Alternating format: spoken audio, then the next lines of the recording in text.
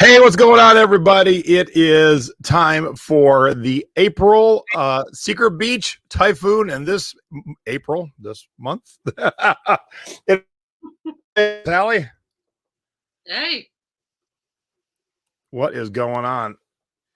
All right. Well, So my neighbor behind me decided to throw on some loud rap music. You probably can't hear it, but I can. So hold, please. I mean, what timing? What absolute timing?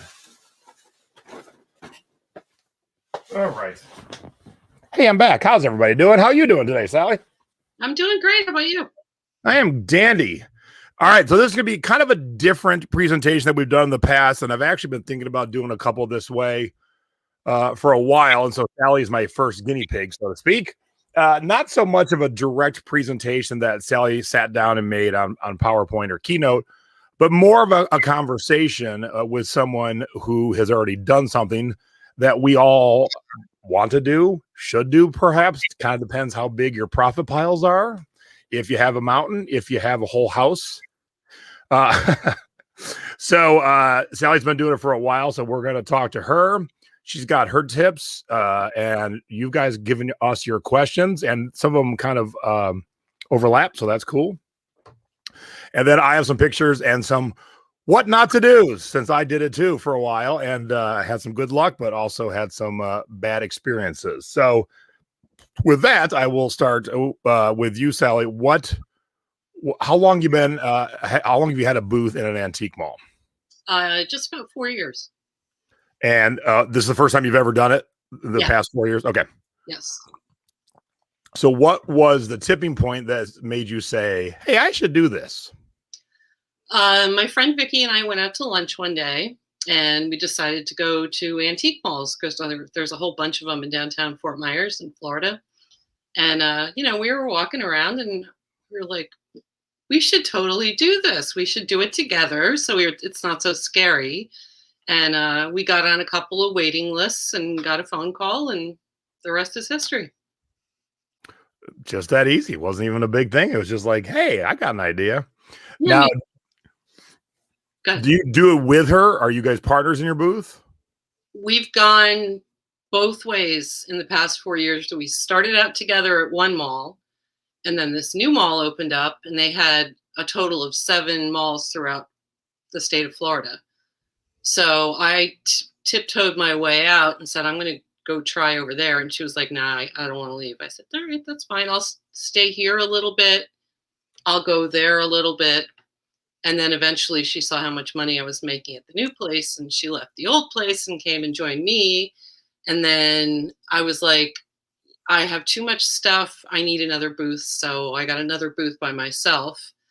And then she ended up getting another booth by herself. And then we were apart for a couple of years. And then we just got back together maybe 6 months ago. All right, so you've done the whole gamut. You were together, apart, together. That's going around the circle for sure. That is definitely hitting all the points. All right, that's awesome, and that's good because I too had a partner, and mine was a miserable experience. We will get to that. All right, so first off, let's show some pictures, and then we'll start doing your top 10. Of your booth here, and let me cover up the ugly top. Let me see here. I've got to do a little graphic for the top for when we do the presentations. So let's do. You'll be the guest of the week. Perfect. All right. So let's take a look at your booth. Ooh, what Yankee Candle is that? I didn't even notice till right now. That's Vicky's side of the booth. I don't know which one it is, but I think if it's a lot, she would have sold it online. Ocean Water. I'm a big sucker for Yankee Candles. Oh, yeah. All right, so this is Vicky's side of the booth. Are you very specific, side to side? There's no intermingling? Well, we sort of, when we get to the middle, there's intermingling going on. It's really interesting because she grew up all over the world. Her parents were in the CIA. So she wow. Yeah, it's really interesting. Tell us more. I wish I knew. It's a secret. They can't say. But she has a very international feel. And I grew up in a house built in the 1700s in New Jersey. So I have a very like Americana feel, but I also have a brother that's an architect, and he really got me into the mid-century designers. So there's a lot of that going on my side too. And then we meet in the middle. I like that. I like that, having a partner of totally different, different thought process. Mm-hmm. All right. Those are fun little tiles. That's me. I make those. You make those. Those are sweet. Ooh, thank you. Remember I said I was going to make you den of sin? Yes, that's right. Oh my gosh. It's all like it just started flooding back to me. I'm like, did we talk about these ones? And I'm like, oh yeah. Crap. Yeah, let's talk about that this week. Yeah, definitely. Yeah. Crap. That's right. All right. Yeah, I got ideas in my head, so let's chat. Okay. So that begs a question, and that question kind of going to come up again, but we're going to talk about it right now. It's an antique mall. You're making a new product that looks old, hence the name retro. Is that cool with their rules? Do they not realize you make it? How's that work? You just have to have 80% vintage, but the new owner of the mall, and that is a story in itself. The new owner of the mall has her specialty is like rocks and fossils, which I guess are technically antiques. Yeah. But he also has let people in that are just completely new merchandise, 50 Florida. So it's mostly antiques at the mall, and you're supposed to have 80% vintage. All right. So I'm going to guess this is your corner. It is. That's my lamp that was over my kitchen table growing up, and it's missing the glass chimney. And we at one point had 2 houses, so we're not really sure where it is, but I'm selling it that way. Now I do see the camera there. Is that you guys with the security, or is that from the actual mall? Well, Vicky has a lot of items stolen, and she blames my genius idea of building this sort of like facade on the front of part of our booth, and I had put the window in there, and she thinks that people are using that as a place to like. So I found that security camera at Goodwill. It's not connected to anything, but when you're near it, it moves. Oh, So all right. I thought maybe it would scare people off. I don't know. I like that. Yeah. And that's where we meet in the middle. What's the big piece of furniture on the right there? Well, that I garbage picked. It's a bathroom vanity, and it had this beautiful vessel sink on the top of it. And we had it on its side, and my husband was inside tinkering around trying to fix corners, and the sink fell off and broke. Oh. So at that point, I was like, you know what? I give up. It's going in the booth. Let's just forget it. So. Yep, I get that. And those are towels that I make and other coasters that I make. And you can't see it, but it's on a 1950s dental cabinet. Oh, cool. Yeah. That's neat. The fireplace. Yeah, I've been through quite a few fireplaces. They sell pretty well. Wow. And you find a lot of them, huh? Yeah, they're all in Marketplace. In Florida, who wants a fireplace? Good point. Yeah, so they're like Good point. That telephone kiosk, whatever you want to call it, is so cool. I bought that on Marketplace, and then I like steampunked it. And it has a photo cell cord, so at dusk the light comes on. So that's very cool. I like it. And that's the outside where that window is. Yeah. That's a neat little idea. And that's my stuff in my little sign thing that says, the thing that you're thinking of, want to go home and think about, somebody thought about yesterday, but there you go. Thank you. So I was hoping to spur people on to buy. Let's talk about this lamp right here. This bamboo lamp hiding behind here. Yeah, that's the next booth back. It's not mine. Oh, it's not yours? Yeah. Damn. Sorry. Shucks. Yeah. My Fenton. And how many booths are in this specific mall? 125. Okay. It's big. It used to be an H.H. Gregg. I don't know if you guys ever heard of that. It's Yeah. electronics, yeah. And then Vicky blings out this little table like every couple weeks and changes the theme up to it. So it gives people interest to come in and see what's new. Vignette, that's the word I wanted. Yes, vignette. Yes, and that again is her side of the booth. I like those shelves back there too. Yeah, those we picked up together at Salvation Army. Nice. Yeah. You guys seem to be quite the team. We are. We're a good team. So that metal horse was a good story. I had one growing up, and I was like 4 years old, and we were in backwoods, New Jersey, and my parents were off antiquing, and I was wandering around because it was the 60s, and that's what kids did, I guess. And I found this horse, and I just had to have it. And I found my parents, and they came over and bought him for $2. And I played with it. My nieces and nephews played with it. You kind of like jump up and down on it, and its legs go back and forth, and the thing moves. So I sold the one I had in my antique booth for $400. And then I saw this one on Marketplace for $25. And I was like, hey, if I sold one for $400, yeah, I can sell another. So I bought that one too.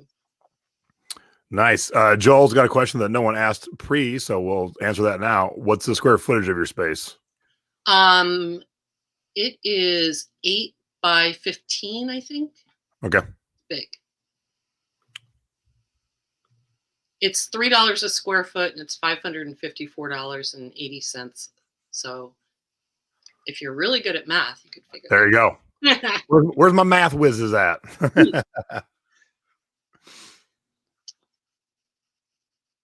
And let's see what else we got here.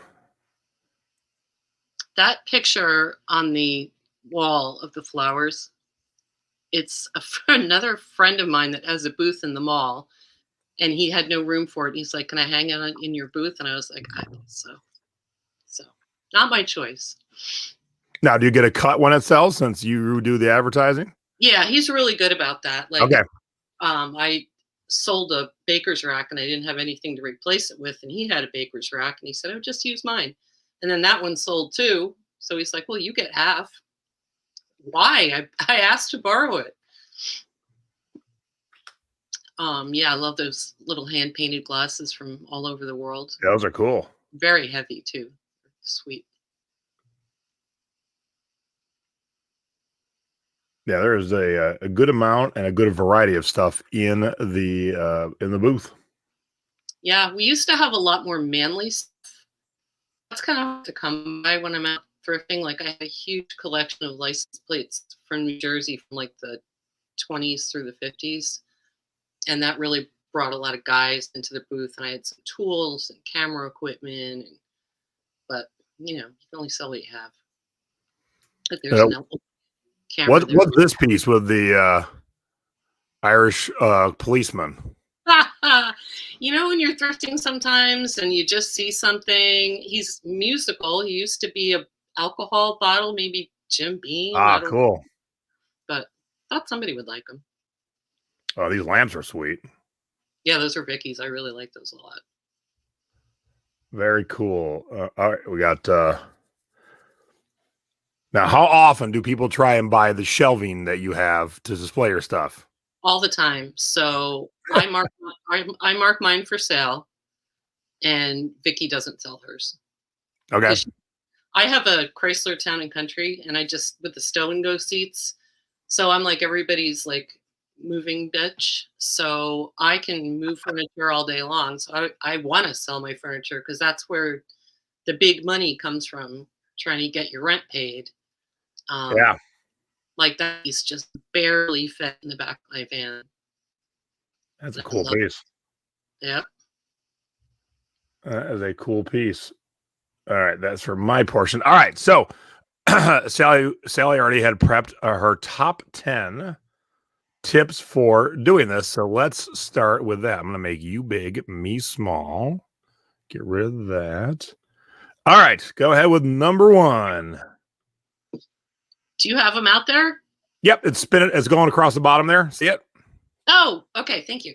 Yeah, I bet you want to know why I say that, because that's a weird thing I wouldn't have thought of doing. Do a Google search on the owner and the business itself.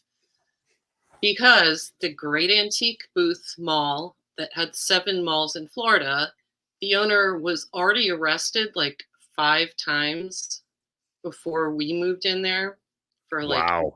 embezzlement, tax evasion, like a big grocery list of stuff. And eventually, when he owed me $4,500, he filed for bankruptcy and never paid me. So do your research and make sure that the people themselves are reputable, that the business is doing well, isn't in trouble.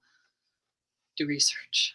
Yeah, and I'm going to add to that from right here in Vegas. So some of you may know Danny Ackerman. She has been known to take people's money and not produce what she was paid for. And she thought she was going to revolutionize the antique business and signed a lease on a building that she could not afford, but sold a bill of goods to a lot of antique dealers in this town. And by weird coincidence, I happen to know the landlord. And we were just talking one day, just shooting the breeze. And she started talking about her tenant who never pays her rent on time. Oh, man. And I said, is her name Danny? She said, yeah. So by the time that the landlord had had enough, my friend, she gave Danny 48 hours to move out. Now, none of the dealers knew that this was going on, that the rent wasn't being paid. They didn't know they were in trouble. And not always do you live exactly where your booth is. No. And some people travel. Don't think about COVID times, post-COVID, pre-COVID. Some people travel. They're like, all right, I'll be back in 3 weeks. I'm driving across the country and I'm picking up furniture and this and that. And so of all sudden you get 48 hours to get your stuff out. We were there buying some stuff to help out. And the amount of angry people, rightfully so, that were trying, so many trucks in front at once. They're like, you got 48 hours. Oh, man. So, yes, if someone says they're going to revolutionize the antique business, don't believe them.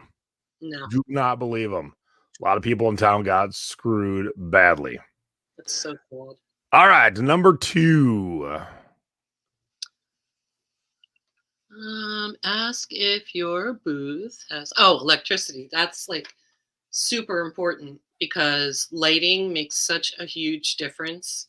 I don't care how good the lighting is in the mall itself. You want to highlight particular areas in your booth. There's like just crappy black floor lamp that my tenant left when they moved out. It doesn't matter what it is. Just get lighting in there because it really draws people attention. Like if they just walk past a booth with no lighting, it just looks flat. Yep.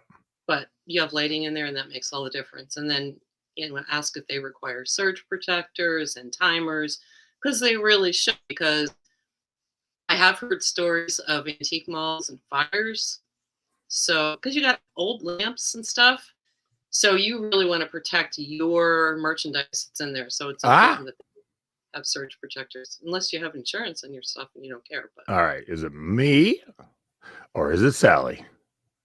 What? So chat. Yeah. Who do you hear? There you are, Sally. Yeah, I'm here. Okay, you were gone for a second. Oh, a long second? Yeah, and I wasn't sure if it was me or you, so I was like, all right, who hears who? I said, yeah, that it's important, the surge protectors and the timers, because I've heard of fires in antique malls. So you really want to protect your merchandise. So, even if you have insurance, nobody wants, well, you want to make sure that people have timers and stuff and they're being as careful as they can. We're not allowed to have extension cords, stuff like that. Just basic safety, So the place I was in, they basically shut down the power to the main area where we were at the end of the night. So we didn't need timers because all the went off to our booths with a big switch. So just made life easy. Yeah. All right. Whoops. Back to number 3. Make use of as much lamps and lighting as you can. Yep. Which we already talked about. Now, so I'm assuming, and I did it, but I assume you would too, if you got something that when plugged in moved, sparkled, dances, Wouldn't you always try and plug those in to show it off? Oh yeah. I mean, you're taking a risk that it's going to stop doing it at some point. Because, True. but yeah, I do. But that's where a timer could come in. You could have it just on a couple hours a day and just hope that the right eye goes, oh, that's pretty. Right. Exactly. That's pretty. It's just like having a video in an eBay auction. They want to see it moving. Yep, exactly. All right, number 4. Change it up often. You started to talk about that, how she changes her little vignettes. Yeah. A lot of antique malls have repeat business, and that while that's great, it's part of my beef with my antique mall owners that they're not driving new business. But move your stuff around, bring in new inventory. If stuff's been sitting there for a while, take it home and bring something else in and replace it, because if it looks the same as last week, people are just going to walk right on by. I always knew that, and I could never get my partner to do that. So yeah, you've got to make it fresh, because those of us, think about it from the buyer's end. Those of us who hit the same places, whether it be a thrift store or a record store. Like I walked into a record store in Phoenix last month, and I went right to a display case that I started to work my way through the month before, and it was gone. Like not like new stuff was in it. The whole case was just gone. And Stacy wasn't with me the first time. She was with me a second. I said, well, there was a case right here with a lot of good expensive stuff in it. So I asked the manager, he goes, yeah, we're always moving stuff around because it needs to be this fresh look. Yeah. And even Savers does that. Not that they do it as often as like you do, but every year or two, they'll change the flow of the rows and the aisles and just make the store feel different. And so it renews people who want to shop. They're like, oh, this seems like a new place. I better look through everything yet again. Exactly. Yep. And I admit I didn't do it often enough during the pandemic because we were really reclusive and being really safe, and I didn't go in as often as I should have. But Vicky was super brave, and she went in all the time.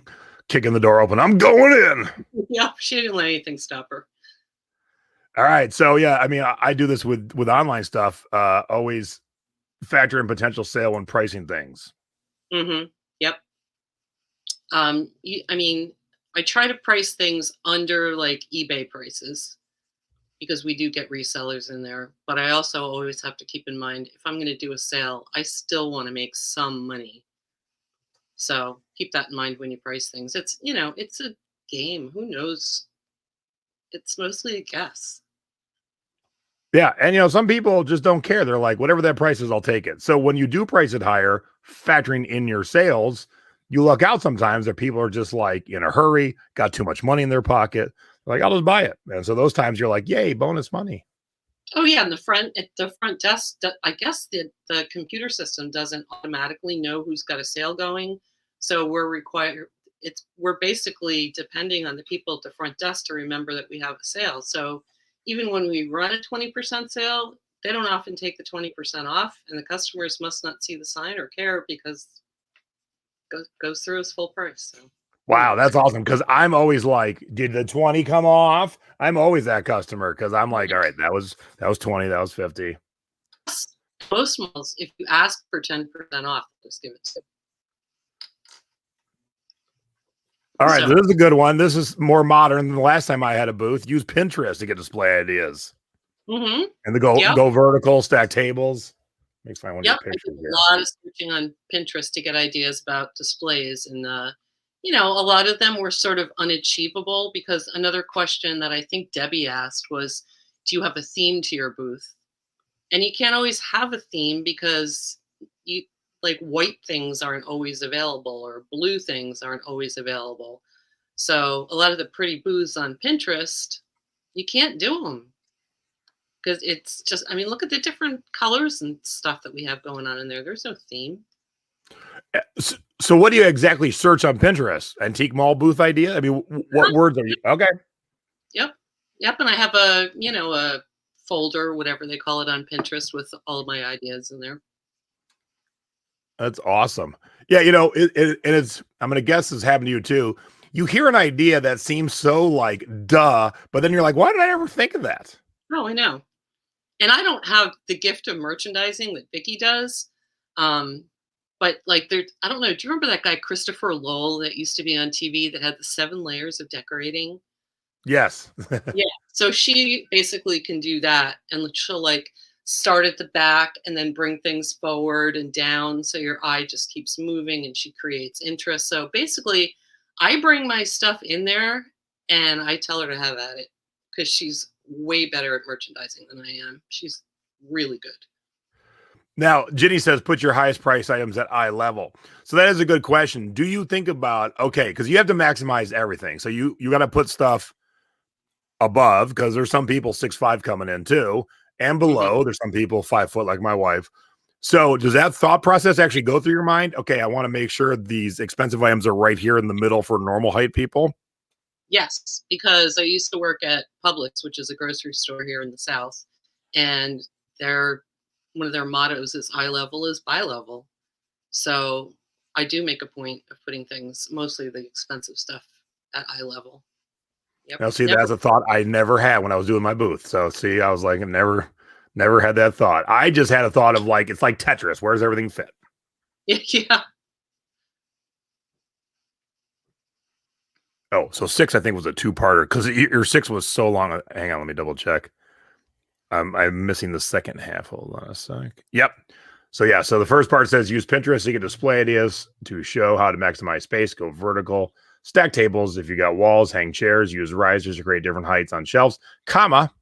You can even use books. You can't sell what isn't in the booth. So pack it as full as you can while still looking like a real store display. Keep it neat. Oh my God. That last 3 words. My partner wasn't neat. That's the problem. Oh man. Yep. I shared a No. booth for a little bit with my other friend Daryl, and he was not neat either. Things were all over the floor. Nothing made sense. I was like, I can't work with you anymore. I need to get my own booth. There's an antique mall down the street here. I haven't been to in a while, but there's one booth. I don't even understand why the owners and the other sellers around him would even want him there. It's, imagine your booth and then turn into a hoarder situation where it's just stacked. You can't walk into the booth. You can't see anything. I'm like, I don't want that to be my neighbor. Well, there's this guy here. His name is George Lee, and he sells a ton of antiques. And at one point, he had like 12 booths in the mall. And he said that if you make it look like a rummage sale and you make it really messy, people really dig around and they think you don't know the value of something. So they always think they're getting a bargain. And his booths were a mess. I don't know. Well, He makes more money than I do. So. as my mom says, she passes by, I don't even stop. I'm just like, nope, keep on trucking. Yeah. All right. Oops, back to my banners. This is important. Ask the owners, they'll be giving you a 1099. Yes. Depends on if you want one, you don't want one, or you don't care, but it's important to ask so that you know for your records if you're going to be factoring that into your taxes. But of course we would, because we pay taxes, but it's good to know. And would you be concerned if you got a booth and they're like, nope, we're not giving it to you? No. Okay. I'd rather have it that way. I keep track of my own stuff. Not everyone is does well as their books with you then. Well, trust me, I don't usually, but because they have this great computer program, at the end of the month you can just print your month. So it's easy. And then you just keep all your months in a stack and you have it all right there. And you can go back at tax time and do it. You don't have to do it at the end of every month. Okay, I somehow skipped number 8, so let me make it up real quick. Huh. I just said I'll skip number 8. Who cares about number 8?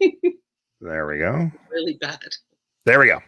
Yeah. Now this is the important part. Do you have to actually physically work there? No, I do not. I do not, and I wouldn't want to. I need to be. I want to be outsourcing. I don't want to be working. I didn't want to do that at all, and I didn't have to in the booth we were at before either. So Now, is there incentive to work there? no, in fact, they really won't let you work there because although we do have 2 employees that have booths there, they're somehow grandfathered in, but they don't want people that work there that have a booth to work there because then if somebody says, "Oh, I'm looking for a green ashtray," and of course you're going to take them to your booth and show them your green ashtray before you're going to take them to somebody else's booth. They want people to look it up in the system, and which has all the inventory in there, and find out where they all are and send customers there. I don't care. Yeah. They only pay $10 an hour. I would never want to work there. Yeah, some of the smaller ones, it's kind of like, all right, you get a discount if you work a little bit. But I get that because actually Travis's question kind of relates to that, and we'll get back to that. All right, so now number 9. Find out how you're going to be paid. So, what's the options? Like, what are the different ways antique malls pay their sellers? Well, the first place that we were at, the owners were like 100 years old, and they, by the end of they didn't have any way for you to check your sales online at all. And at the end of the month, you had to wait however long it took for them to get around to writing you a check. So that meant like calling, dropping in, because they didn't text and they didn't answer email. But where we're at now, we get paid bi-monthly, I think it's called, in the middle of the month, at the beginning of the month. And there's a program online where we can keep track of our sales, and it's live. So of course, all day long you're hitting the reload button because you want to see if you sold something. So I think that's a huge plus for me because I like to know what's going on and where I'm at.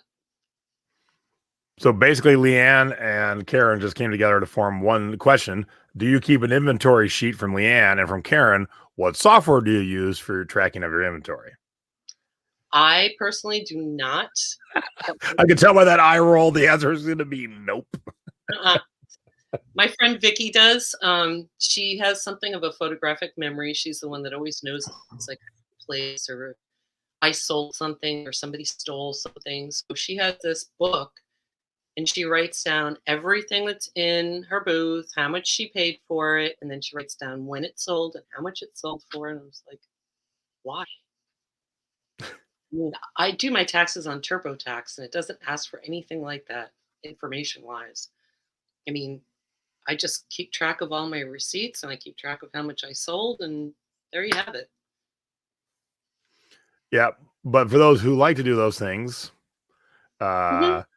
yeah, there is definitely software for tracking inventory. But I didn't do it either in my booth. I'm just like, all right, here's what looks pretty in this booth, and I'll be back in a couple weeks for more pretty stuff and pick up my payment.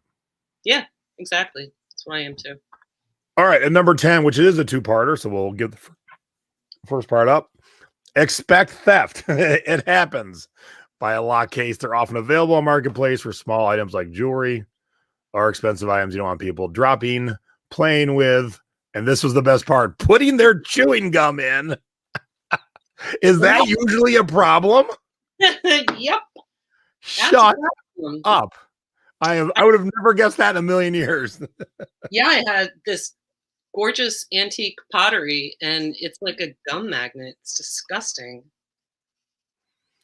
That is crazy. So, speaking of theft, because you don't keep track of what's in your booth, how do you know?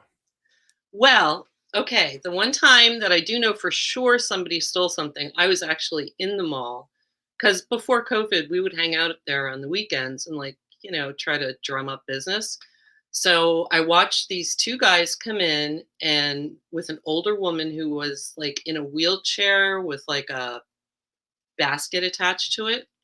And in the basket was a flat Coach backpack. And I had just made the stupid decision to take this admittedly very hideous Swarovski crystal reclining lion out of my case and put it on a shelf to make room for something else to go in the case. So at one point I see them walk by with this hideous, ugly Swarovski lion in their cart, and they get up to the register, and I told the manager at the time, who turned out to be a rat, I said, you need to look through that backpack because when they came in, it was flat. Now it's full. Wow. And they had my ugly Swarovski crystal lion, and now I don't see it. It's not in the cart. He goes, oh, okay, I'll make them look. So I went outside and I like tried to watch through the window because I didn't want to be like right up in his face. And he didn't look through it. So I know it got stolen. Other than that, I don't know what gets stolen because I don't look. And the other thing is, how do you know someone didn't pick it up and put it in another booth? There's 125 booths, and I find other people's stuff in my booth all the time. So you can't jump to conclusions and say, "Oh, that's stolen." It could be there somewhere. Yeah, and I did too. That's another thing that I would find other people's stuff in my booth all the time. So it happens.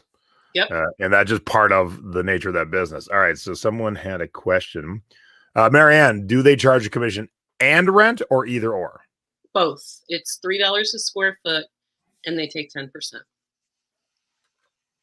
Now, you've been to a few places. Is it pretty standard that way, or were there different rates at different places? Yeah, no, it was the same way at the last. Well, rent was cheaper at the last place. It was like $1.75 a square foot, but they did take 10%. Plus, you really you really got what you paid for at the first place. It was bad. We had awful sales. The lighting was terrible. We didn't have electricity. The customers weren't buying. It was in a terrible part of town that was like a one-way street that was really hard to get to. So it was worth every penny of that $1.75. All right. So Lisa pays $2.75 a square foot plus 10%. But is it a square foot or a square meter? Because Lisa's in Canada. Well, she said Now, is foot. that 10% Canadian? Because that'd be like 2% American. All right, so let's do some of the questions. Then I'll tell you about a few of the pitfalls to watch out for. Sally is lucky because her partner seems to be a decent human being. Mine was not. All right, Debbie wants to know: does the mall owner collect and remit sales tax so you don't have to do it? Yes, they absolutely do. That was a pretty easy. I gotta imagine that's pretty uniform, right? Like everyone does that. Yeah, because that's the point of sale. Yep. All right. Craig would like to know, how does your mall attract customers as a whole? Do you advertise, and do the others in the space also advertise? So is there something happening from the mall perspective and then each individual? The mall is absolutely pitiful at advertising. Um, yeah, the new owners have only had the mall open a little over a year, so it was like right at the start of COVID. Um, the old antique mall words are still up on the storefront, but they've taken away Wildwood. But instead of putting Paradise Vintage Market up there, which is what it's called now, they just have like one of those cheap plastic banners up there. And it's in a busy mall. There's a Sam's Club, a Dollar Tree. It's right on a main highway. It's right on 41. She told me the other day, "Oh, we have a coupon in some book," and I was like, "I don't even know what book you're talking about." So she tries to put stuff on Facebook, but the only people that are on Facebook are the people that have already signed up to be on viewing that page. So she's not reaching anybody new. She doesn't do the promoted things. But a lot of us have our own pages. I have an Instagram. Um, I kind of share a page on Facebook with my old partner Daryl, just because I've been lazy and I didn't really feel like it brought any customers in anyway. So, and I don't think Instagram brings any customers in either.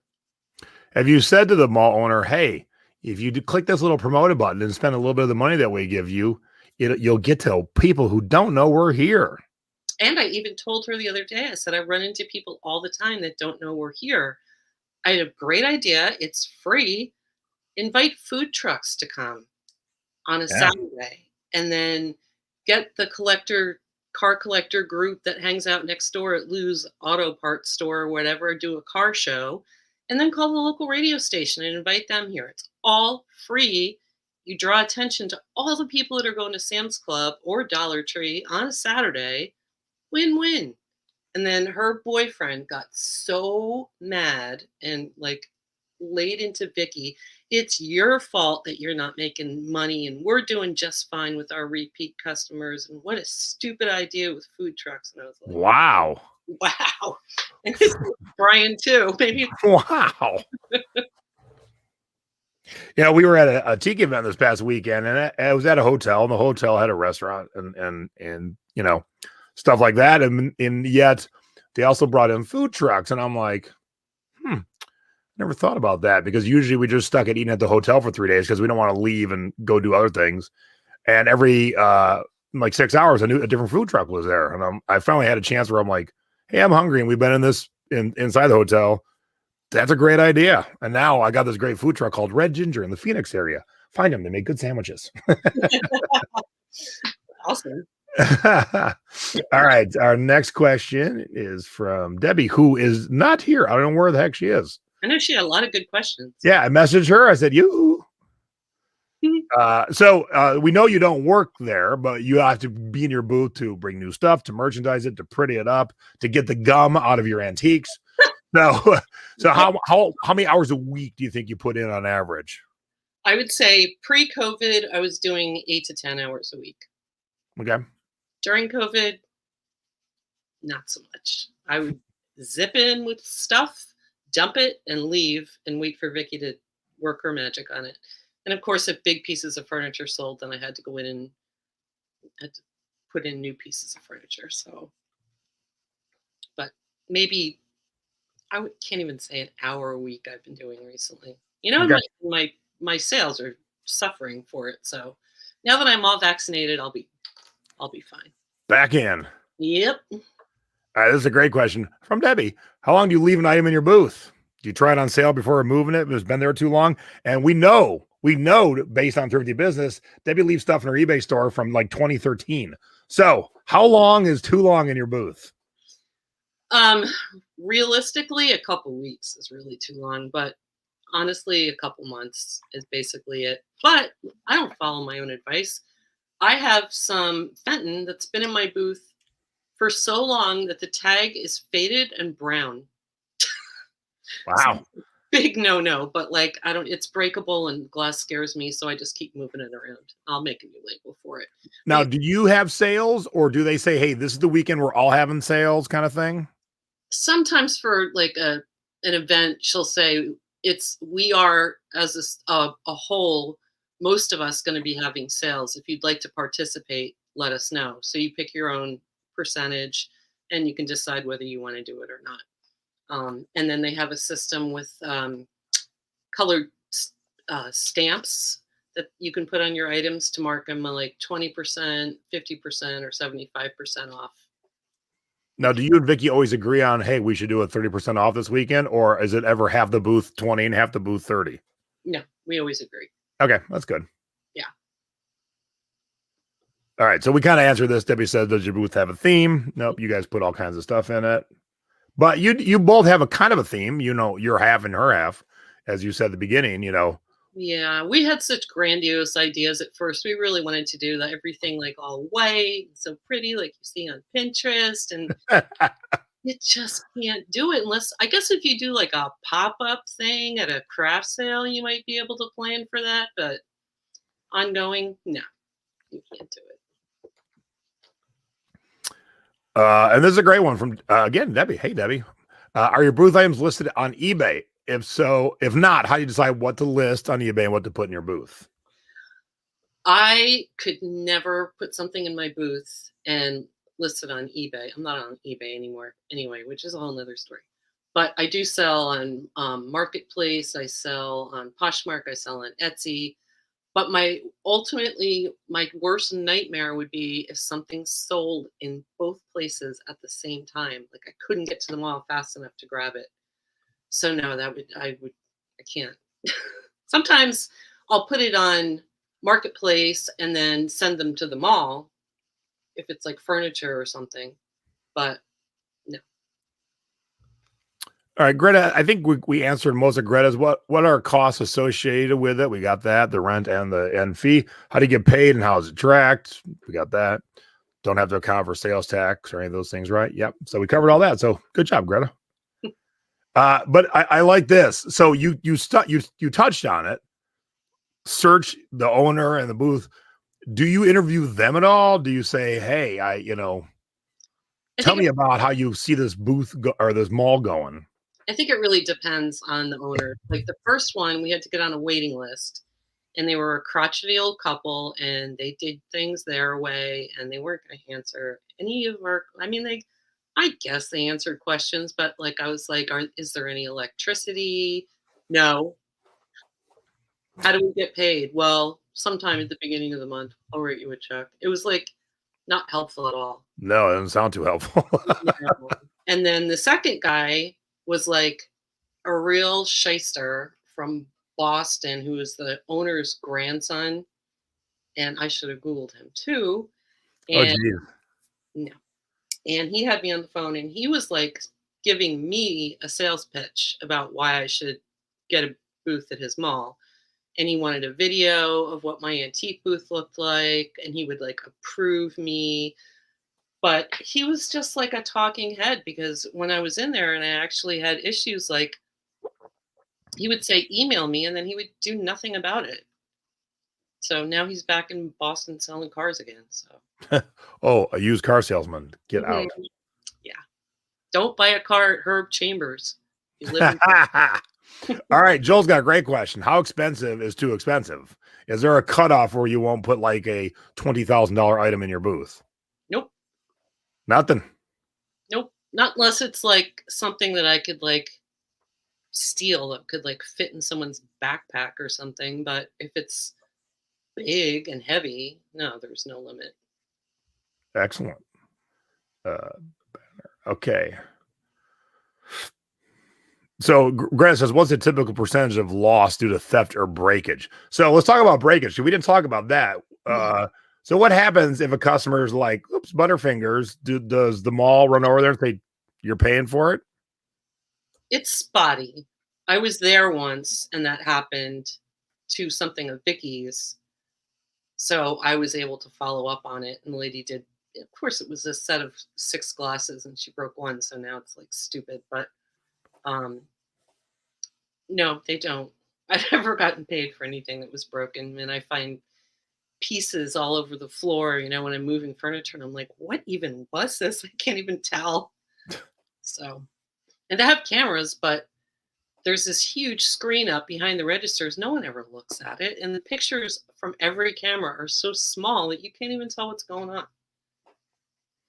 And every once in a while, I'm like pulling stuff out of my booth. And in fact, I was doing it today. And there was 2 people working behind the counter that I've never seen before. And Dan and I just walked out with the big old cart loaded up with stuff and no one said anything. How do they know it's all my stuff? Yeah. Let's try to get with someone else's stuff. See how it goes. All right. Jazz got a fun question. What's the most interesting experience with a customer when working your booth? Any good stories? I know she's going to be so disappointed in me. I'm not real outgoing. I'm not real peoply. So I don't talk to people like Vicky and Daryl do. I had a conversation with the lady that bought that metal horse, and it was really cute. Her son and daughter were getting married or having a baby, and they're really into horses, and they're out in Montana. And maybe it was that they were getting married. They wanted to use the horse as part of the wedding ceremony. It was a really sweet story. But other than that, and this is also another one. My friend Daryl belongs to a vintage glass group on Facebook, and one of the women in the group lives up in Punta Gorda, and she will occasionally come down and shop. And she posted a picture of my swung vase in the vintage glass group and was talking about how I was price gouging. This was like a floor height swung vase in this gorgeous blue, and it was like $84. And all these people that were from like California, New York jumped on her and they were like, are you kidding me? That's an awesome price. If I was there, I would have bought that. So then my friend Daryl sent her a private message because she knows him. And he was like, hey, that's my friend and that's not cool. And please don't do that. So. Yeah. I mean, what was her end game? Like, what was she thinking was going to be beneficial for her doing that? Why do people get off on bitching about stuff like that? Well, that's true. That's a good point. I have no clue. I did sell it, of course, eventually. We kind of touched on this. Do you like your booth completely full or do you like space around your items? Completely full because you can't sell what's not displayed. True. But there is a point where, especially if you do clothing, if the rack holds 100 pieces of clothing and someone has jammed 120 pieces on, I just won't even shop there. No, You've got to have just that little bit of room to move through multiple things. Same with records. If a record crate holds 50, you can't put more than 40 in there. The customer needs to be able to flip the records. I'm not going to pull each one up. I just won't. I'm too tall, old, and lazy.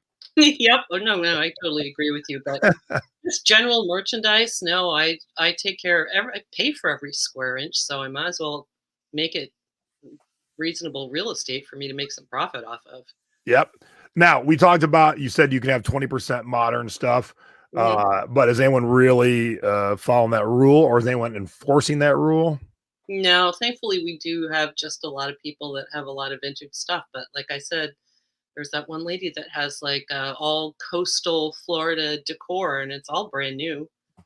Nobody has stopped her. The owner probably knew when she was moving in what it was going to be, and the owner herself has rocks and fossils. So who knows? But we are lucky that there's a lot of antiques. And Chrissy says, what are some tips for presentation? Do you use shelves, tables, pegs? We kind of cover that, and definitely in showing the picture, you got to have, you got that beam there. You're using nails all the way up to hang baskets and stuff, and just using. If I was taller like you, Jason, a lot of that space would be more used than it is. And my friend Daryl gives me a hard time. He's like, I would be hanging stuff from the rafters all day long. And I'm like, first of all, I am petrified to get that like 25-foot ladder that the mall has and walk through the mall all the way to the other side to my Oh, yeah, I never thought of that. set it up in my booth, and then climb up there and carry something heavy to hang it from a rafter. It's just, I can't do it. So every once in a while, if I have something like that, I'll ask somebody who works there to do it for me. But I don't utilize that space. I should, but I don't. Yeah, I never thought about having to walk through the whole place with the ladder. Yep, and that never crossed my mind. It's scary. Chrissy says, what are some good pricing sales strategies? Do you price higher than what you expect and run sales? Or do you price reasonably so you get a good reputation for value? We kind of talked about that, but let me ask you this. So in my town, in Vegas, we have an event every year called Viva Las Vegas. It's the biggest rockabilly event in the world. And all these rockabilly kids come from all over the world. So the vendors in the antique malls know they're coming, and all these rockabilly kids love to go to antique malls. Oh, yeah. So they do two things. They kick up the price a little bit, and they make sure to merchandise the hell of their booth with things that would be attractive to rockabilly people. So is there anything specific that happens in your area that you might turn the price up a little bit? You might be specific about what you bring in? Yep, snowbird season. So all the rich people come from Ohio and Missouri and Minnesota, and they haven't left yet either, by the way. So you want to go more nautical, and you want to go like seaside and all kinds of stuff like that. And yeah, you want to jack your prices up a little bit because those people come down here to spend money, and the Goodwill jacks their prices up. Salvation Army jacks their prices up. Everybody jacks their prices up. So yeah, summers are tough here. I can imagine. All right. How often do you change up your area? And do you have a lot of theft or missing merchandise? We covered all of that. So thank you, Karen. Karen, another question for Karen, but a good one, a different one. Do you do consignment items in your booth? No, it's a pain in the neck to do that. People are so, first of all, people think that whatever they have is worth so much more than it actually is. True. I had a coworker from the job that I was dragged in to do at the flower shop that wanted me to put her vintage postal box thing from Bonita Springs, Florida, you know, where your mailboxes are from like the 30s. Very cool. Huge. And when she was so mad at me, I was like, I just don't have the space. I'm really sorry. I would sell it on Marketplace. I don't know. You know, and people want to know when it's going to sell and how much am I going to get? And blah, blah, blah. No. So no, I don't do consignment. All right. Chris says, sometimes you live in a place where the local malls aren't a good fit. What's the maximum radius you would go out from where you live to get a booth in an antique mall? Ugh, I'm so lazy. probably. Yeah, I think it kind of depends on your drive. um, I'd go, maybe 10 miles. I think that's the first. I think that's how far the first booth that I had was, and that was annoying. And I had to drive through a really rotten part of town, and yeah, it just wasn't pleasant. I know there's antique malls up in like Port Charlotte and Punta Gorda, but it's like an hour away. I don't have the patience. I don't have the attention span to drive that far, and I kid you not, like I just don't. So there's Christy in the chat. I know it sounds kind of crass, but what kind of money are people making in their antique booths? Now, I would never ask you to give us your direct numbers. No way. But is someone making $100 a month after all their fees, 500 a month, 1,000 a month? What's kind of like a roundabout you should be making to be doing it? Well, it's a very good question because lately, Dan, my significant other, and I have been talking about this. Do I really want to give the mall owner $258, which is half of my booth rent? Do I want to give her that money or do I want that money? So if you're not making like 500 over rent, is it really worth it to pay someone that much money? And Vicky's like, well, you get free storage and you don't have to have all that stuff in your house. Well, okay. It depends on your situation, I guess.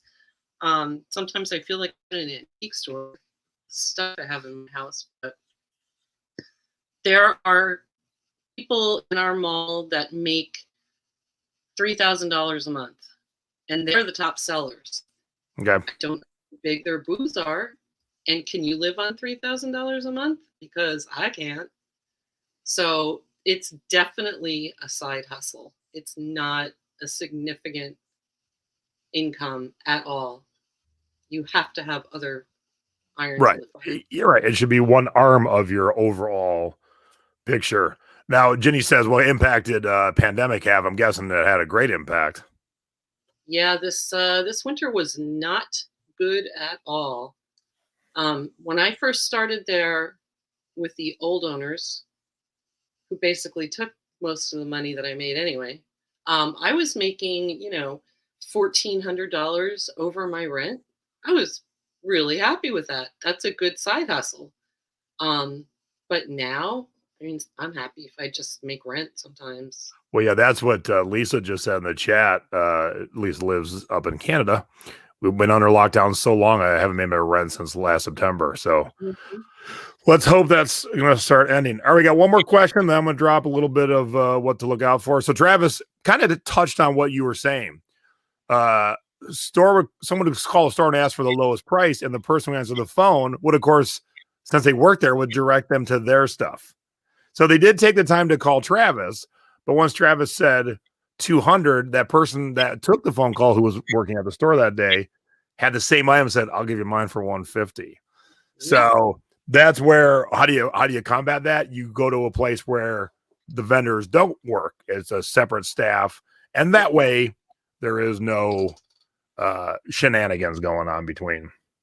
Because that does happen. He's right. Yep. I never thought of that. Late. You're so late. We're on to the next month's webinar already. Janet, where the heck are you? All right. So let me talk about my experience a little bit here, and then we'll call it a day. So most of you know, I used to have a partner in crime on a TV show called Thrift Hunters. And one of the local antique malls said, hey, would you guys like a booth? Because we'd already filmed there. And they said, as long as you just keep us in your social media presence, we won't even charge you rent. Well, they took the 10%, but they gave us free rent. So I said, sure.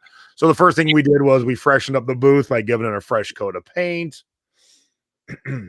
And kind of like Sally, I've got, maximizing the space. Since we had this pegboard, I use this kick-ass shelving system that I'd found at an estate sale a long time ago, but is now residing in my house. I don't have a booth right now.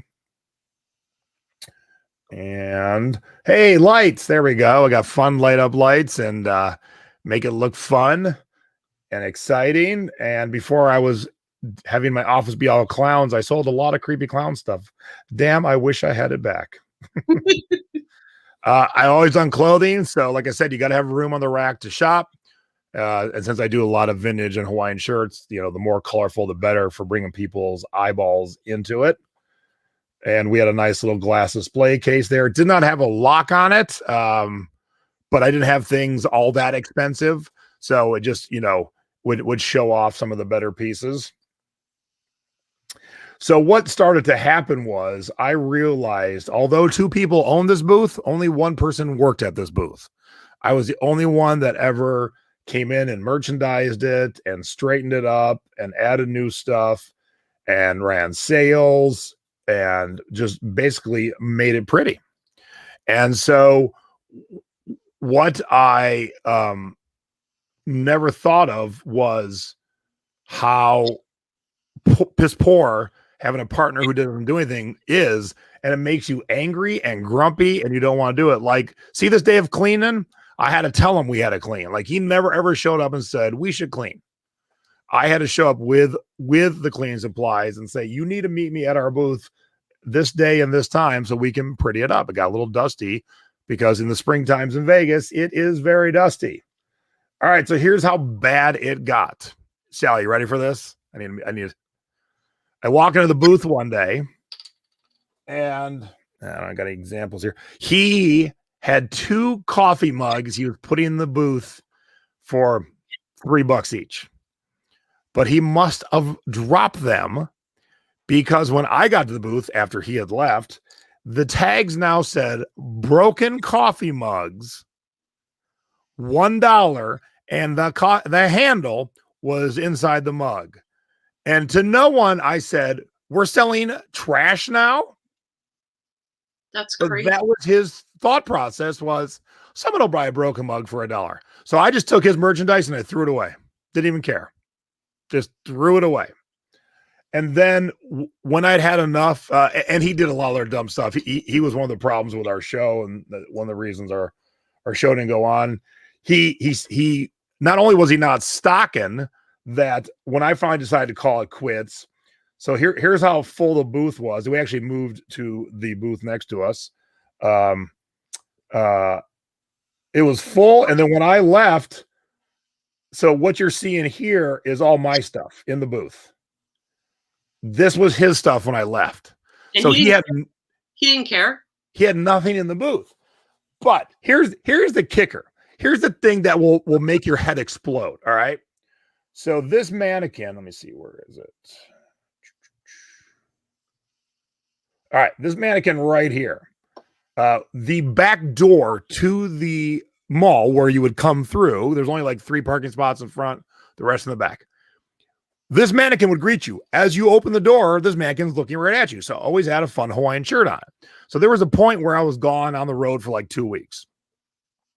And I get back and that mannequin is naked. And I said to the person in charge, I go, hey, how long's my mannequin been naked? Oh, about 2 weeks. Like I think the shirt sold the day after. Now, you would think my partner would be like, hey, I'll put something else on the mannequin. Okay, it gets even worse than that. So a lot of people decided they didn't want to carry Brian's load anymore. And I got tired of paying for things. His girlfriend got tired of paying for things. So she said, you are no longer living with me. So Brian moved in to this shack behind the antique mall. So the upper circle is a little 20 by 20 house. The whole house is 400 square feet.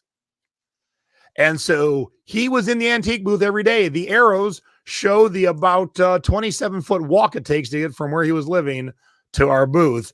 And so he would walk through that back door a minimum of at least once a day, see the naked mannequin, and never have the thought process to put a shirt on. So Sally's had good luck. I had shitty luck.